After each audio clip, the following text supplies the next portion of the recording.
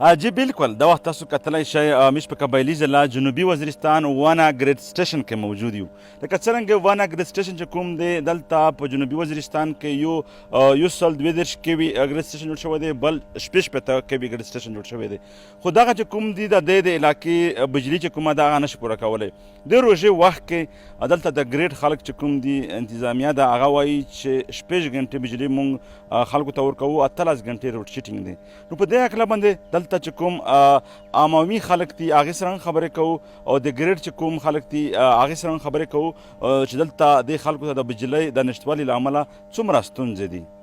د واڼه آبادي تقریبا 20 لکه ته رسېدلې دو چې انګور اډه ته اذان ورسک ته شولام ته چې دا غونډه علاقه ته سوس وکې د شکي پوره دا ډراغوټ علاقه د سپین ته نه یي او دی دا مهرباني وکړو چې کیم د میز زوړ ګریډ دی چې په دا کې څه کامای وي دا کامای دا په زوی پې راکړو او بل نوي ګریډ منظري دا هم وکړو چې اذان ورسک کې وي چې په شولام کې وي چې په کیمز کې وي چې نوی ګریډ میز ته میلاو شي او بل په 24 غنټې کې 18 غنټې بجلی د میز نه کاټ وي او په دا کې صرف 6 غنټې بجلی میز ته میلاویږي خو 10 میلاویږي چې یوه غنټه کړي بیا 3 غنټې ورکړي. نن سبا د رژې وخت او سیزن هم دی چې کیمه د بجلی ضرورت هغه کې ډېر زیات اضافات شوی دی.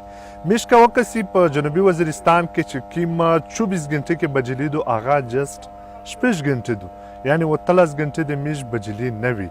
د دې سیمې آبادي چې کومه ده په 8 لکه نه زیاته آبادي ده، خو د بده مرغه دلته دوی دپاره صرف دغه ګریډ سټیشن چې کوم دی هغه جوړ شوی دی.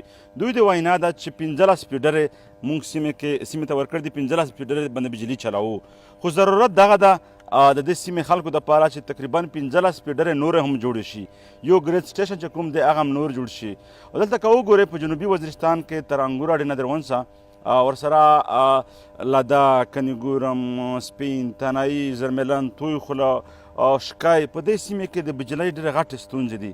داسې سیمې شته چې هغې ته اوس لپاره هم بجلۍ چې کومې دي لاین هغه نه دي ورکړی شوي. نو دوی دا خلک وایي چې باید دلته د بجلۍ سہولت چې کوم دی هغه د دې سیمې خلکو دپاره برابر شي.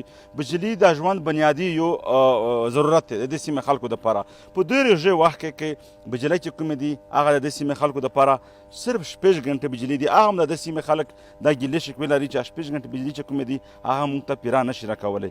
نو دوی د غوښتنه کوي حکومتي چارواکو څخه د واوډه حکامو څخه چې دلته په جنوبي وزیرستان د واڼه آبادي چې کومه ده دا ورځ په ورځ باندې سوا کیږي.